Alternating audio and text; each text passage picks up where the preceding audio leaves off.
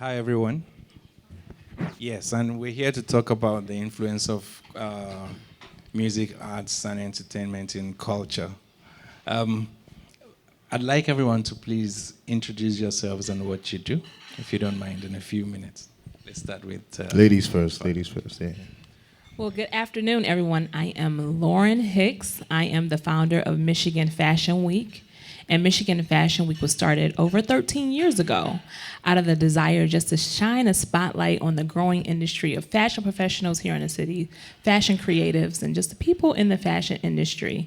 I started off as a fashion designer, and then with my work with Michigan Fashion Week, I've just come in Michigan Fashion Week head first, and we are really excited about what we're doing. We've got a lot of projects coming up. So Fashion Week is actually coming up the end of September. You can go on our website, see all about it. But I'm excited to be here, and I'm just happy for today and happy about Afro Future. That's what I'm happy about. And Abba? Yes, good afternoon, everyone. I'm Abba Blankson. I'm the Chief Marketing and Communications Officer for the NAACP, or the NAACP. The NAACP, if you don't know, is the nation's largest, oldest, most consequential and influential civil rights and social justice organization ever. We support Black economic empowerment, environmental justice, civil rights, voting rights, and then also a lot in arts and entertainment. So very happy to be here, very happy to be supporting Peter and Black At, as well as Afrofuture. Obi? Good afternoon, everybody. My name is Obi, DJ Obi, curator, founder for Obi's House. If you haven't heard of Obi's House, is the most premium house party in Lagos, Nigeria. We're currently touring as well. We've been doing this since 2021, so we'll be running it since 5 years. I've been DJing for 20. I started DJing in 2005 in Boston, Mass. I went to school out there to Worcester State University, and I've been growing since then and still growing. So here for Afrofuture, here to support Abdul, my boy, and make sure he shines and make sure we all shine. So DJ Obi in the flesh. And my name is Reze Bona. I'm a multidisciplinary artist, presently expressing in photography. We've been blessed to be awarded Best Fashion Photography Brand across Africa. I also run Bona Design House Group. We invest in architecture, in real estate. We build hospitality. We manage real estate as well. And then I run Remodel Management. We run a model management agency, which also manages talent and place them across the diaspora and globally. Thank you. So let me ask, first of all, how would we rate the influence of art in culture? Would you rate it as positive or negative? And what are the positives and what would you see as the negatives? So let me start by saying African Americans, Black people globally create culture. We are culture everywhere we go, and there's an economic value to the culture that we create. A lot of it comes from a place of innovation, creativity. Some of it comes from pain. Some of it comes from trauma. It comes from a lot of different places. And we know that oftentimes people, as we say, they want our rhythm but not our blues. And we know also that when Black creatives are involved, there is, according to a study that Nielsen did, 1.5 to 10 times more value when African and Black creatives are involved in terms of media value for a project. And so it is not, when we say we own culture and we create culture and we, give culture to the world, that is not a throwaway statement. We are that, and we should own that unapologetically every single time. Lauren, would you like to contribute to that? So, believe it or not, fashion is actually the #1 influence across the world. Fashion and then music. I was about to jump in. So fashion is #1, but it's very important that we just really hone into it and just use what we have and really just love what we do and be proud of what we do. So I am just a fashion person and then music. But yes, fashion is the number one influence around. I'm going to drag it. I'm going to argue and say I'm going to say music comes before fashion, but I would also say that we go hand in hand. You do. Right, because music is a powerful tool to get the message across, to translate what is trying to be shown through fashion, to interpret everything that is going on around us through art and fashion and music. So we play a big role in creating the culture and shaping it, in telling people what is hip. I feel like as Black people and as Africans, we've always been the cool kids in the room because people want to be us, people want to be like us. So that is why what we do for fashion, culture, and music changes and shapes the world, pretty much. So can I add? So when you think about something like hip hop got to where it is, and hip hop last year was celebrating 50 years. It got to where it is because of the fashion and the music, right? The way hip hop sort of took over, in a way similar to what Afrobeats is doing now. But the way that hip hop took over, and hip hop is now I think $1.6 billion industry. It is both. Right, it is both the art plus the fashion plus the music that lets the culture put a stamp on the community, whatever country it is, globally. And so I'm saying to both of you, together. We do it together. We do it together. And as someone who works both with music and fashion, I'd like to agree that they work hand in hand. But then how do we collaborate in a way where we can tell the same story and then use that as a means to positively impact the coming generation in the future? I think for me, one very important thing is speaking with one voice. We have to agree that we want to paint the same picture. We have to agree that we want to tell the same story, and put all our skills together to, printing out that story, if it's through fabric or through lyrics in the music.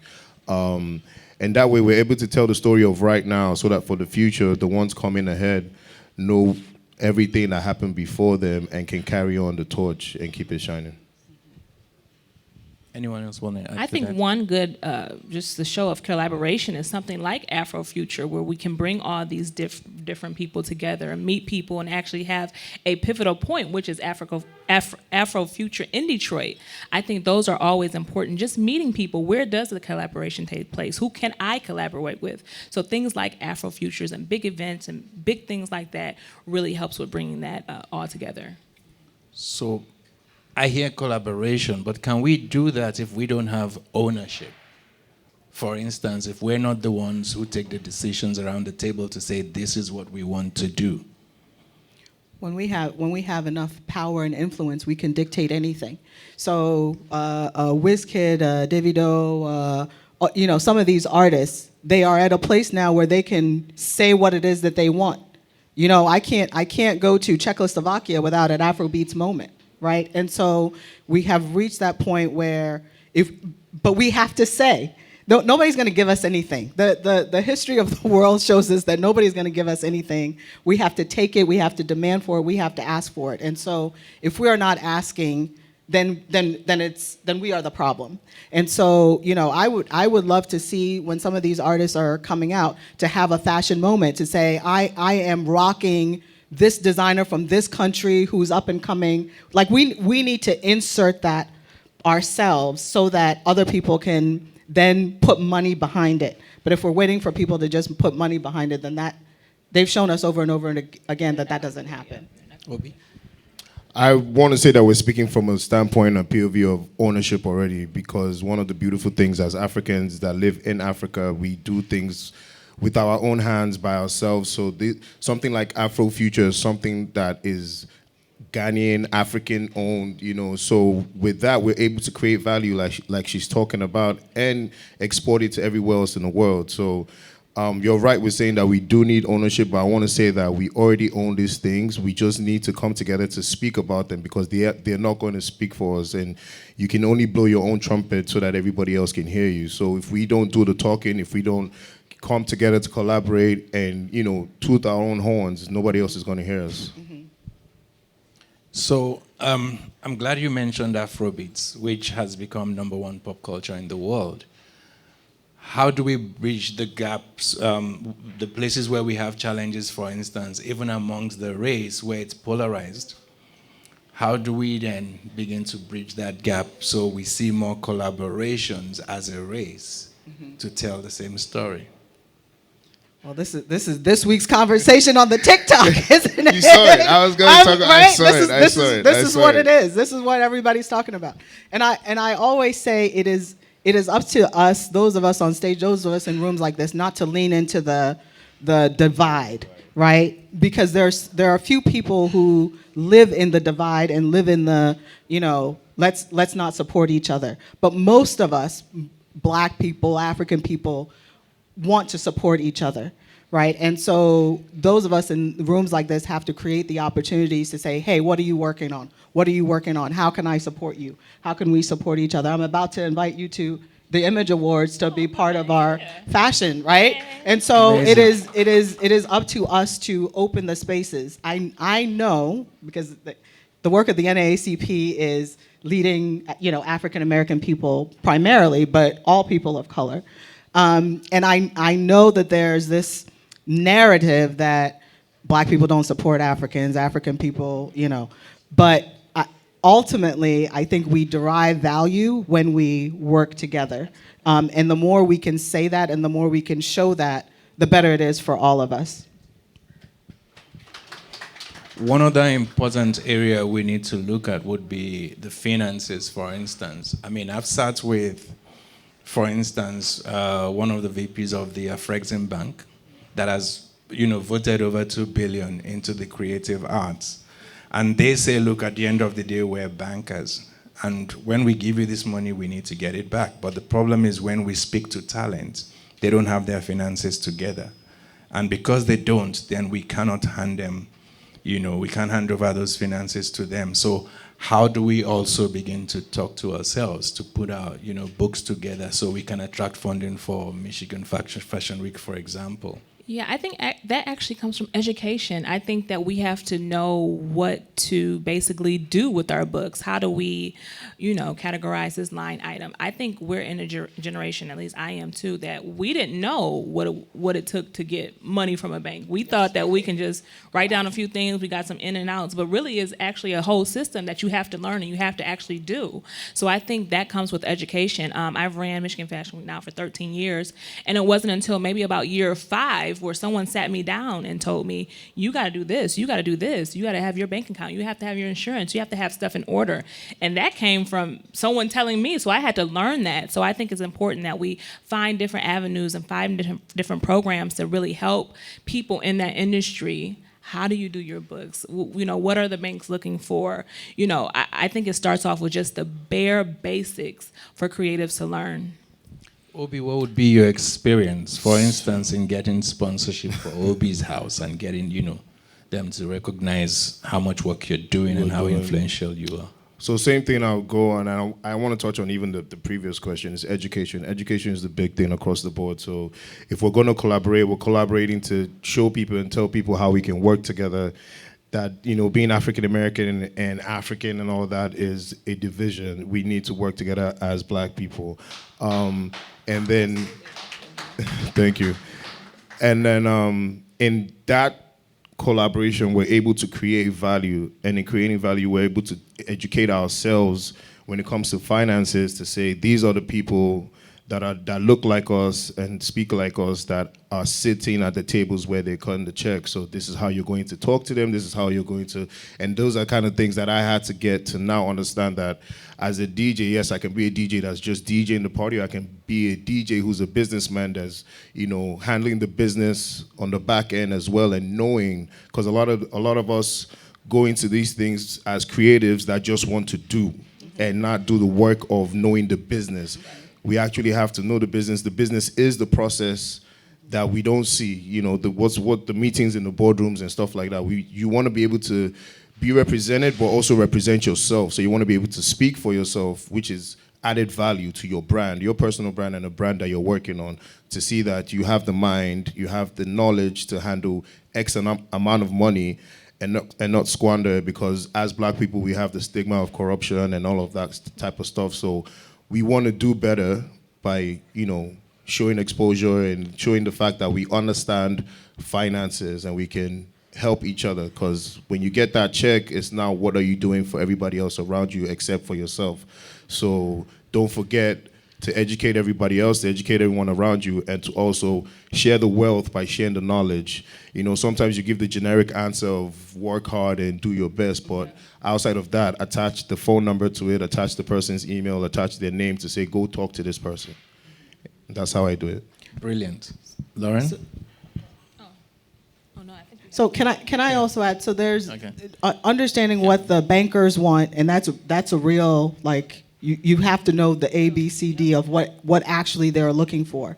There's also a part where we miss, where we talk often about access and opportunity, and when we are in spaces like this, I know Peter has put together lots of spaces. He brings investors. He says, come meet these investors. I have brought the investors to you. The investors are going to give out $1 million, a couple $100,000. We don't come, right? And so it is important that when you're, the action items from this meeting, as an example, yes, 1, look at what the bankers want. 2, when you're invited to events like this, tell your friends. You should come, you should attend, you should know who is in the room. Do a little bit of homework, a little bit of exercise. Somebody in here is worth millions of dollars. You don't even know. You won't have a conversation with them because they look somehow. They don't look like they are going to do anything for you. Everybody in here might be the connection that you're waiting for to the thing that you're trying to do. So don't dismiss anybody. Engage, connect, and share ideas with each other. So those are a couple of action items that I would give to the room. In essence, it's very important to understand that it's show business, but there is a business behind the show. And so your business has to be intact. For you to get investment and people to invest in you, they must see potential and the ability to recoup their funds. And so we need to educate ourselves to go sit in the room. Also, I just want to mention that we also need to realize and recognize that there is a market out there. And so rather than just sit in one locale and be a local champion, you can also stretch out. We have talent from here. We have Dapper Dan, we have Tracy Rees, Laquan Smith, who have gone over to Africa to do shows, and that has opened up a huge market to them. So if we talk about ownership, like we like to call it, we also have to do our homework. Now, how do we then open it up as well to embrace other cultures? That way possibly broaden the market we have, rather than keep it insular and just keep, whining about what we have and we don't have. I think discovery is one of the best ways. Going to discover things for yourself, breaking, the stereotype of, just going online and doing research. I believe in going to actually discover it, going to experience it, going to meet people, throw away the ego and reach out. Reach out to people that you believe are going to help you. Reach out to the people that you believe will help you get to the next level. So I believe in traveling, actually, like physically moving around to meet people, going to the different countries. As much as you come to Dirty December to turn up and party, like, it's funny how you mentioned that. I always say at Obi's house, you never know, you might be sitting next to your $1 million, you might be sitting next to your next contract, your record deal, because there's so many labels that come there, there's so many artists that come there. They're coming to party, but a party is the best atmosphere to break the ice, to meet someone who might be serious in the office and on a weekday, and you might not get to talk to them, and then they're there. So you always have to be prepared with your elevator pitch to, pitch yourself and get that going, and just go out there and discover the rest of the world. That's how we start taking a little piece of us and leaving it everywhere else. So in essence, proper preparation prevents poor performance, the 5 Ps. Yes, so when your opportunity comes, you must be ready for it. And if you've trained yourself long enough, muscle memory kicks in when the time comes and you need to create that. Even after a couple shots, you still be able to speak. That's a good one. And even just to add to that, yes, in person, but also don't be afraid to email a company or email somebody or slide in someone's DMs. That is actually a very powerful tool. So don't be afraid of those kind of avenues too. I was just talking to a friend of mine earlier, and he was like, well, I would love to connect with this person. I said, just slide in their DMs, see what happens. You can't, what's the worst that they can say? So along with networking, just talk to people and meet people and say hello. When you're in the elevator and someone's there, say hello, how you doing today? And I think a lot of times we're shy, we're scared, we're fearful, but just talk to somebody. Hello, you never know. I love your earrings. You know, you just have to meet people and make sure you're open to meeting people. So in 2019, the NAACP took 300 African Americans to Ghana. 300. That was, oof. We're gonna do it for Nigeria soon, right? I know you keep asking. The Nigeria we're gonna do it keeps for asking. Nigeria. But, all right, we're gonna get there. But 300 African Americans to Ghana, and we got questions like, well, why are you taking African Americans to Ghana? Why are you taking all these people to Ghana? Why blah blah blah blah? But going to Ghana and having them see the business opportunities, having them see that they are reflected in the country, coming back with all of these ideas. People are now doing real estate. They're going back and forth and back and forth. To your point, it just opens up the world. It's not just that one country. Now they're thinking about Rwanda. They're definitely going to Lagos and the island for December. But, you know, and then we also took some students in 2021. So 17 to 20-year-olds, again, to just open up the vision, the opportunity, the what can I do here, and how can I contribute, and also how can I get some partnerships going back and forth. And so I think the travel is important, the not limiting our vision, and then that education to say, yes, I can do business here. It is not corrupt. It's not like all these things that sometimes people say that just opens the door for that collaboration. And then this is just a shameless plug. I went to South Africa back when I was 14 years old, and I just encourage all Black Americans to somehow get over to the motherland. So that's just my plug in. Make sure you visit. I'm planning to go to Nigeria in the next 2 years or so, but that's just my plug. Make sure you guys get over to Africa. You probably don't realize how much of an influence you have from here going back to the motherland. And imagine there are times when I've gone with artists from here and there's a concert, a gospel event. First time, I believe minimum was maybe 100,000. Wow. And yes, the experience. And that's grown and it's rumored to be up to 1 million per night. It's actually one of the biggest gospel concert experience in Africa and possibly the world. Like in Nigeria, every December, it's crazy. Yes. Yeah. And you can imagine artists from here surprised that people there are singing their songs word to word and they know the lyrics of the songs. So we're just trying to say that the market is out there, but we need to harness it and we need to, take the opportunities that come our way. Come with it. I just want to throw in that, we're going into a digital, or we are in a digital age. So it's cool to do things online, but I tell you that it's way better to physically be present and feel it. When you feel it, no one needs to tell you about it. No one needs to convince you. When you see it for yourself, you can touch it. You smell the air. You hear the different languages. You see the culture. So it's always better to come and experience it. I feel like a lot of, I don't know how to package this without saying it like this, but a lot of Americans don't travel. You know what I mean? Like everybody needs to come, look for it. It doesn't have to be December. It can be any time during the year. Come and see it for yourself, and I tell you, you will not regret it. It'll just burst open a rivers of different ideas, and you start thinking uncontrollably of how you can plant your own seeds and leave your own footprint in the motherland. So give it a shot. Would anyone have a question for us as we round up the session? Anyone who has a question for any member of the panel here? Yes, go ahead. Hello, everyone. My name is Odili Chukwu Anwadiwe, first generation Nigerian American, and I have literally left work to come to this. Give her the mic. Okay. Is it on? Cool. I'll start over. Hello, everyone. My name is Odili Chukwu Anwadiwe, first generation Nigerian American. Parents were born in Nigeria, came to America. From Detroit, born and raised in Detroit too. So I literally stopped everything I was doing to come to this particular panel because I knew people on the panel. Michigan Fashion Week and DJ Obi. I was in Dallas, Texas on Sunday, and you were there, but I also am bi-coastal. I live in Lagos and in Detroit, so I was like, I have to definitely come to hear him speak. And then I auditioned for the Michigan Fashion Week like 2 months ago. So I thought, okay, let me come to this too to actually hear her speak as well too. You guys said something beautiful today, and you're also in the NAACP.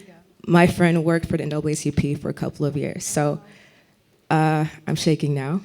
But you said something very big, right? Shoot your shot. You have nothing to lose. And I am someone that wants to take advantage of opportunities when I can, right? I'm ready. I've done the work. I'm like, you know what? Let me just go. So when you said that, you opened the door, and I'm sure many people here was also like, you know what? I want the shot to speak to them, but how could I do it, right? Time and place is really, really important. So with that being said, I am also a tech founder, a beauty tech app that connects beauticians to customers on a platform. It's based in both Lagos, Nigeria, and in Detroit.